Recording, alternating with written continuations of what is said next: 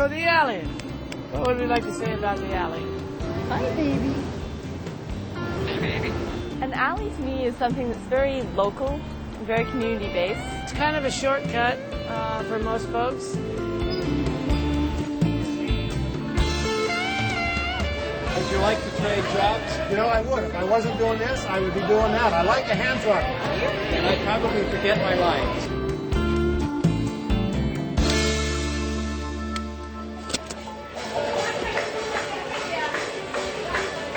Hello and welcome to Artist Express. Today you will discover hidden gems of art in public places. We're in the Pike Place Market, about to investigate Post Alley from the view of two local artists, Buster Simpson, who is well recognized himself in art in public places around the nation, and myself, local color if I might say so, Billy King.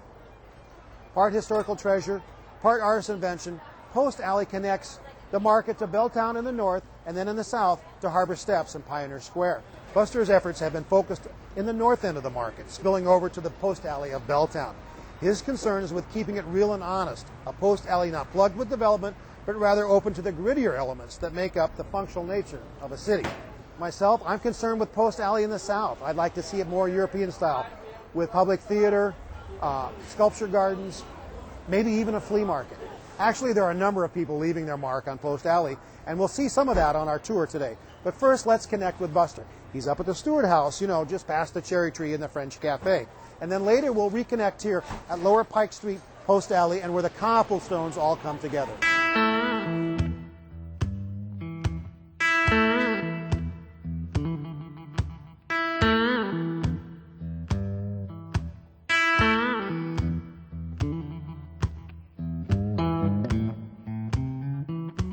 We're at Post Alley in Stewart Street.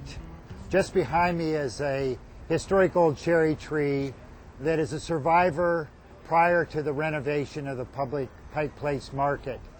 I had a studio right beside that tree when it was an old bar and remnants of a hotel that got torched during the war because it was owned by a Japanese family.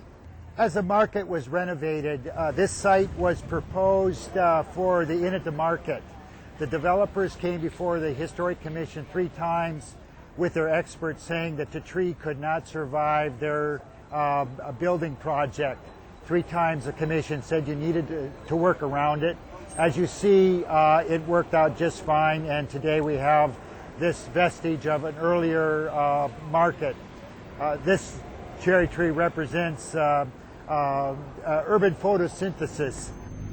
Mixed in with that is kind of a new suburban overlay of terracotta pots that are actually made out of plastic with petunias instead of weeds. I personally enjoy seeing the indigenous and the vagabond plants that came from along the railroads of early times and found root here, just like us.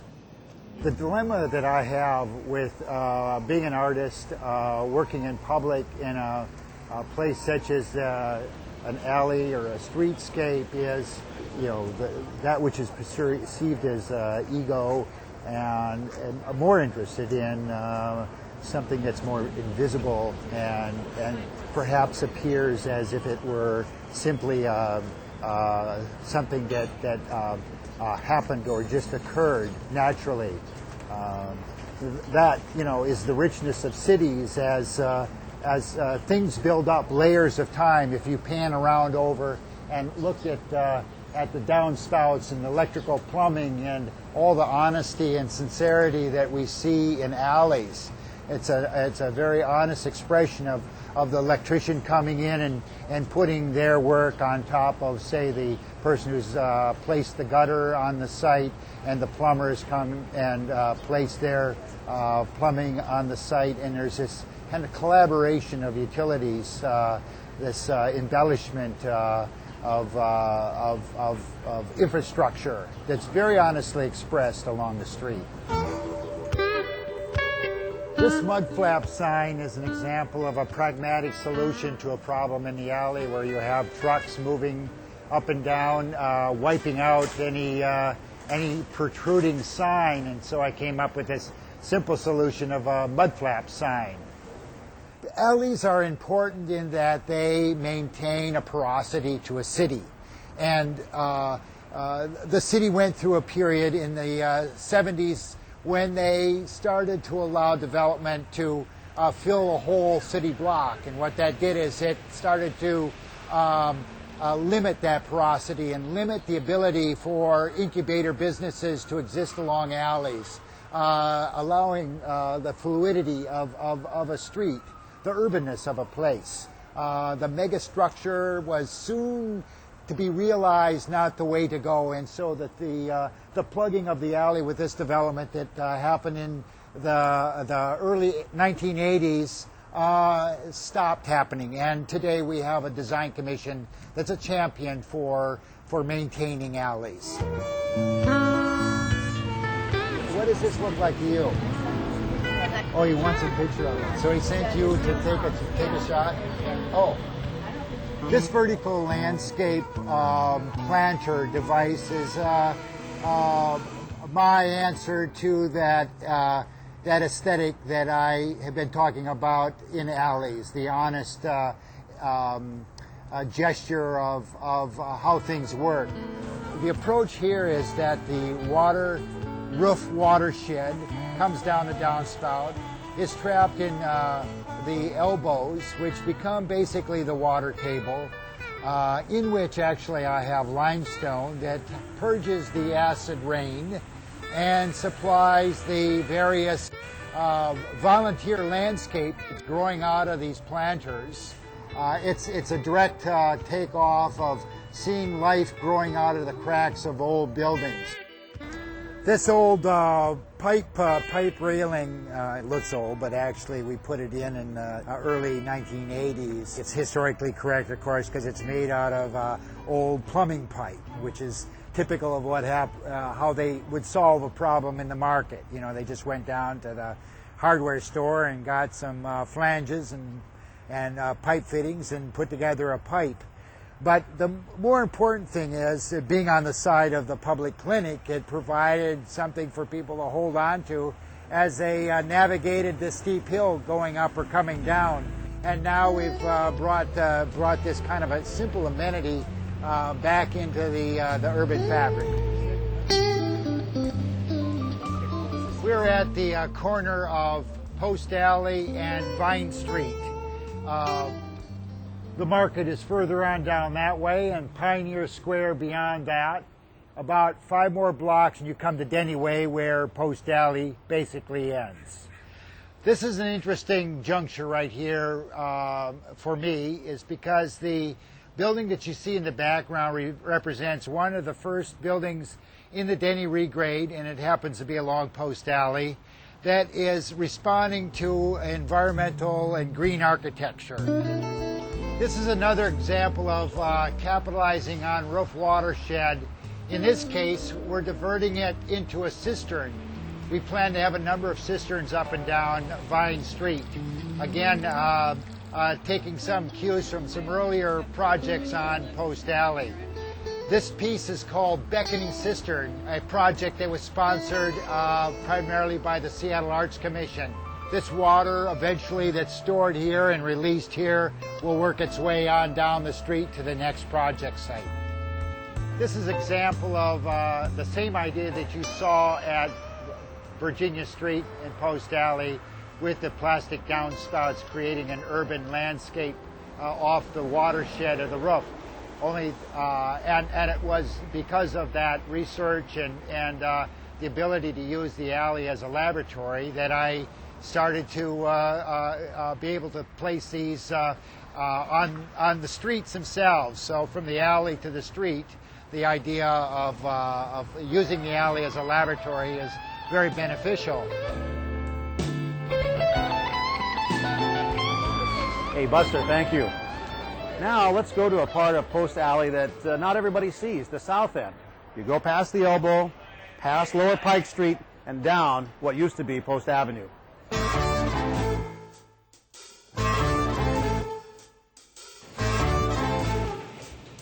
Hard to get them to stick directly to the cement.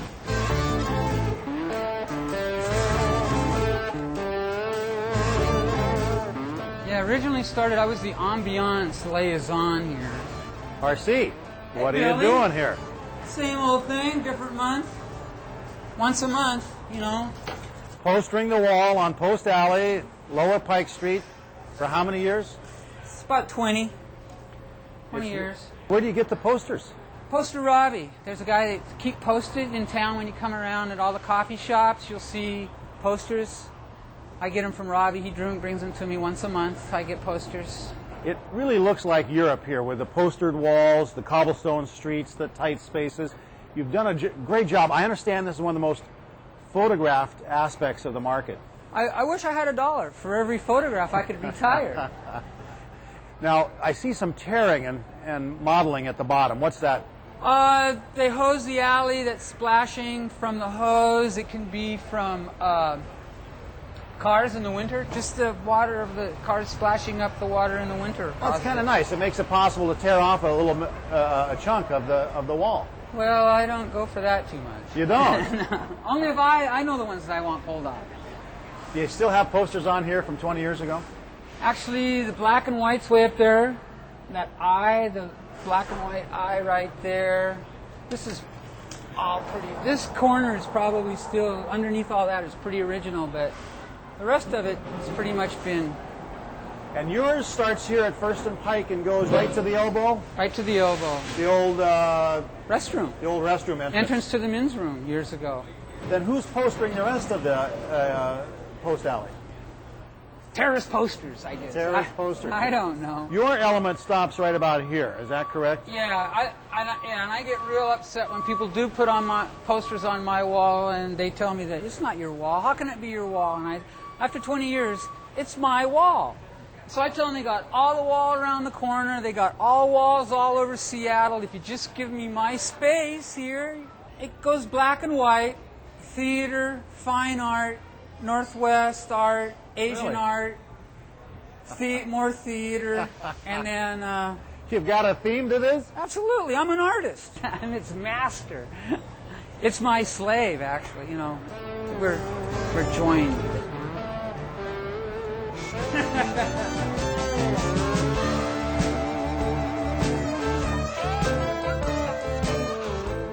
And so now we come to where Post Avenue actually starts.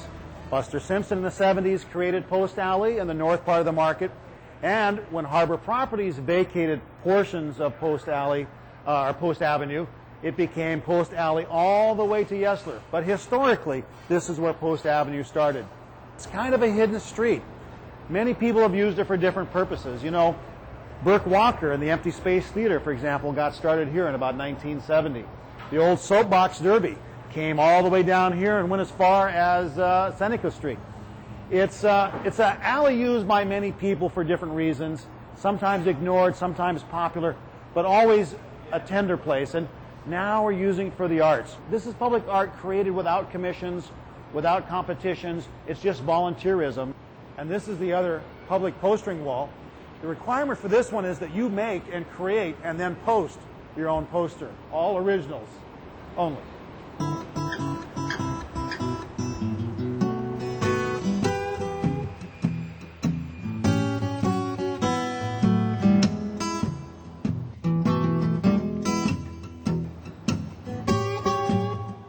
Market Theater and Randy Dixon. Hey. Hi, Billy. Hi. This is one of Seattle's most prolific and popular public pieces of art. Yeah. There it is. The Wall of Gum. Yep. This is it. How long has it been here? How did it get here? Oh, well, the Wall of Gum was started by our audience here at Unexpected Productions, Seattle Theater Sports. They form a line right up the alley, and about 1996 they started putting gum on the wall. And what's interesting is you see how much gum is here now. We've actually removed all the gum twice. Really? Yeah, so there should be 3 times this amount of gum. Obviously they have to stand on someone's shoulders to get it up this high. Yeah, I'm not really sure how they get it all the way up there, but yeah, people use it for different forms of expression. Just last week there were 2 girls who spent about half an hour working on their gum and connecting it to other pieces of gum. And people do all kinds of things here. A couple weeks ago, people were having their wedding pictures taken. Yeah, I've seen people come here and get their pictures taken. This is like when people come down the alley and discover this. I mean, and they're from Wenatchee or wherever. Mm-hmm. They blow their minds. At first, they don't know what to think, and then everyone loves gum, and then the parents like it, the kids like it. I mean, this is really a public art piece that I think is successful, and how could you have ever put out a prospectus for this? Yeah, well, that's true. It just happened, and I think that's our favorite thing about it is that it just spontaneously happened out of the audience, and we're all about being spontaneous and improvising, so it was great. A great compliment to what we already do. Thanks, Randy. Sure thing. Thanks, Billy. See you soon. Okay. All right, come see a show.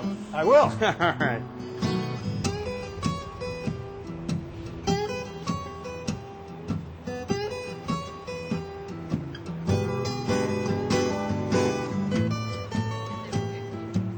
Right here at the edge of the official historical market, Friends of Post Alley have taken over a breezeway that was really a kind of a garbage dump, and we've turned it into an experimental sculptural opportunity for artists and the public.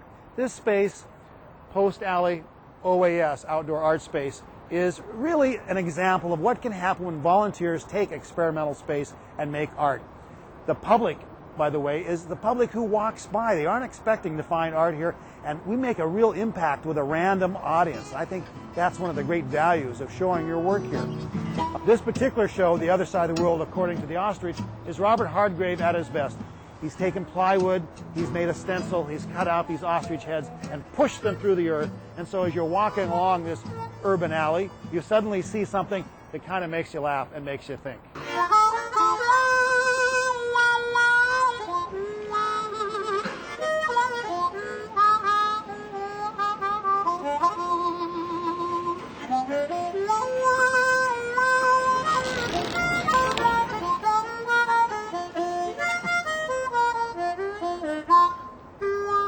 Hey, Dan. Hey, Billy. Great show. Thanks. You know, this idea of laminating and using Xerox instead of original art seems to be taking off. Yeah, I think so. We've had a lot of artists interested. Yeah, this is actually a music student at Cornish who wanted to put up some pieces. What's this title, Overheard, mean? Overheard, it's really, she photographed her friends and associates in different situations, kind of candidly, and just wanted to bring that out into the public and just... Well, Friends of Post Alley is, definitely about using space in a new way. And here we're using the grid system, we're using it down the street and on the youth hostel. Like I said, there is a lot of artists interested. I think it's a nice alternative to the gallery spaces to kind of bring it out and get a different audience. What do they think It's about exciting. A random audience? You just don't know what to expect. You don't know what kind of people are going to be down here. You've got people from the market. You've got just people wandering through from the youth hostel. You just get a different mix of people than you would in an art gallery. So. We'll finish up, and All right. I'd like to see it when it's all done. Sounds good.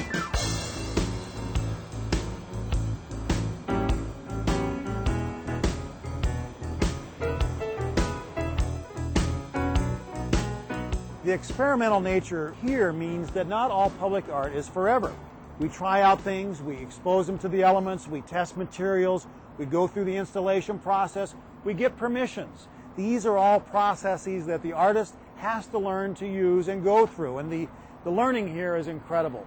For example, Kelly Wiltermude, arts educator and sculptor, had the opportunity to try out an idea of plaster of Paris, hydrocal, metallic finishes, acrylics, in a way that would give the appearance of real solid metal. For her, this was, an opportunity to learn what would happen outdoors, with installation, transportation, and what the audience really thinks of her work.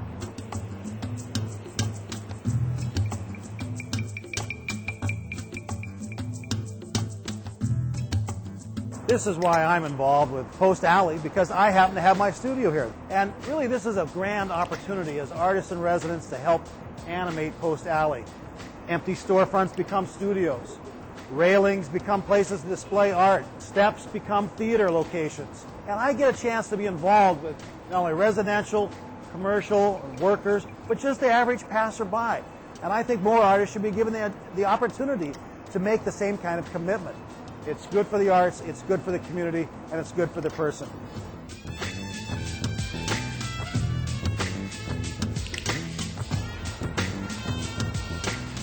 Let's take a slight detour. I want to show you some art on an outside wall.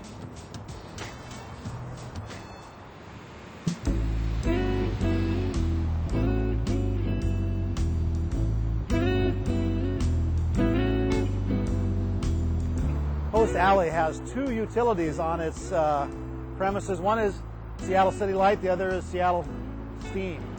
Dan Corson is here. He's artist in residence for Seattle City Light, and I'd like to find out more about this. Well, this is a new area, a new gallery that we're calling the Electric Gallery. And what we've got right now is a piece up by Lynn McCracken, kind of showing pieces of how the workers kind of work here within the city.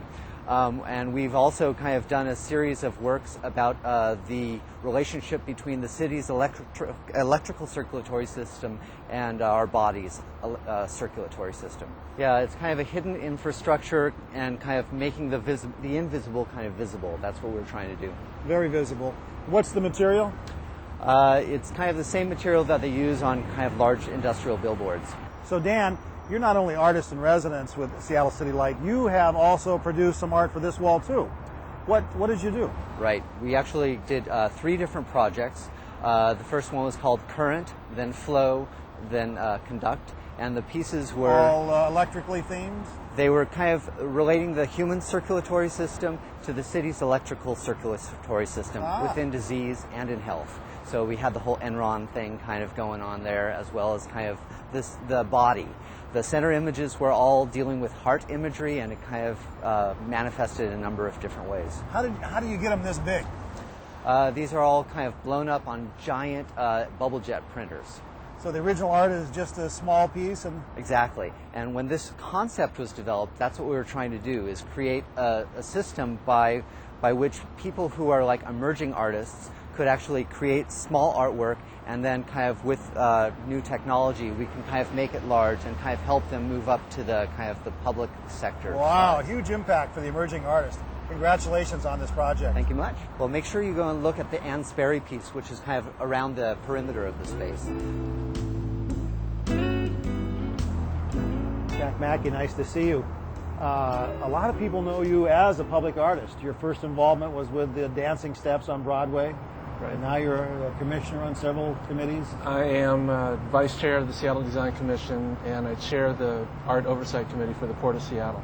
What can you tell me about the Ann Sperry here? And we're at a City Light substation. How did art end up on its fence? When City Light acquired this property for a downtown substation, they thought that what they could do is design it in such a way as to have a building on top of it. So right over the wall here, there's a moat that the building, there's room to put the columns down around the edge. So it's quite a drop. It is, but you could get a building on top of it and go on up for another 10. This is a security fence, and it's a part of a public art genre that does a job. The choice was put chain link and barbed wire here, or do something else. Well, the something else really works, and I understand you've used this even as its image and sell jobs for other public art.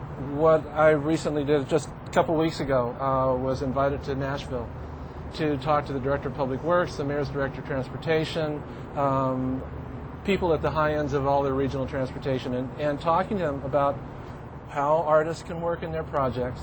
Is you show them the fence that they have at their substation, and I show them this. Say, it's your choice. And this is a successful and early part of Post Alley. Post Alley, like a lot of Seattle, Post Alley is a key to understanding that art is everywhere. Thanks, Jack. Well said. Post Alley reaches its zenith in terms of commercial development right here at Harbor Steps. This is the site of the old Bay Building, the Hibbard Building, where I had a studio. Here we see Harbor Steps intersect Post Alley. The crowds from the Art Museum come to the waterfront. Post Alley begins and continues its tour to Pioneer Square. Mega Bucks development meet local neighborhood alley. And what do we have? Well, let's find out right from Harbor Properties itself.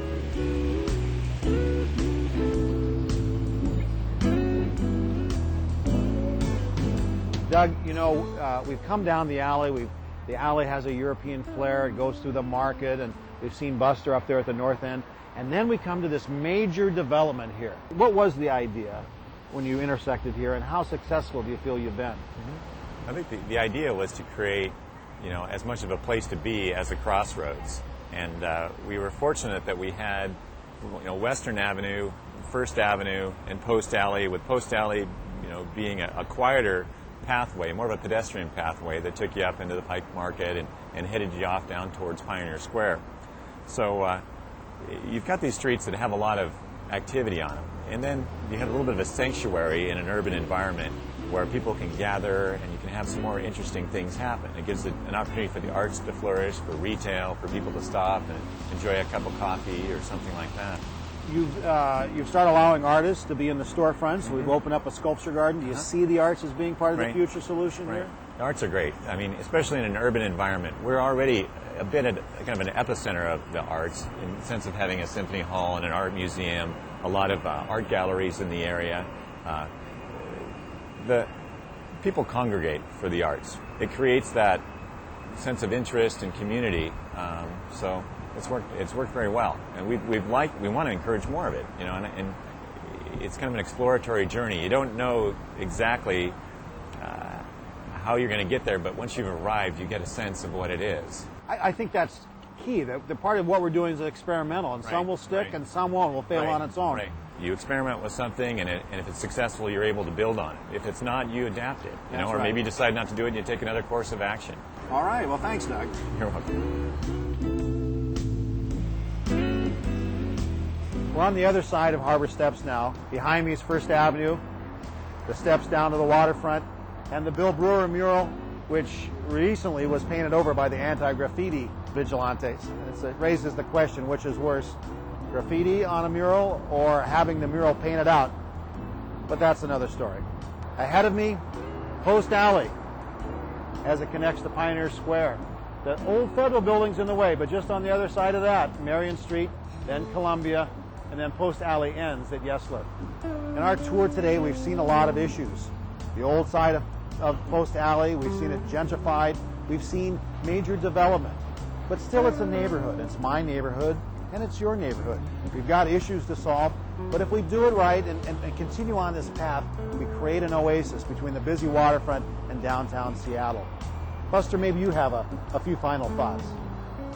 Billy and I are both urbanists, and it's important that the quality of the urban is maintained and enhanced. And so the alley becomes a wonderful springboard for this porosity that we talked about, the hanging of clothes from a fixed income housing unit over to a condominium, this sharing of the place by all walks of life, which make for a city to be very interesting. It's what people discover when they move back into downtown eventually, that they shed the terracotta pots and the petunias and begin to embrace the indigenous, the weeds, the happenstance, the boogie-woogie of a city. You guys can continue on down the alley. I'm going to leave you here, but I want to thank you for tagging along.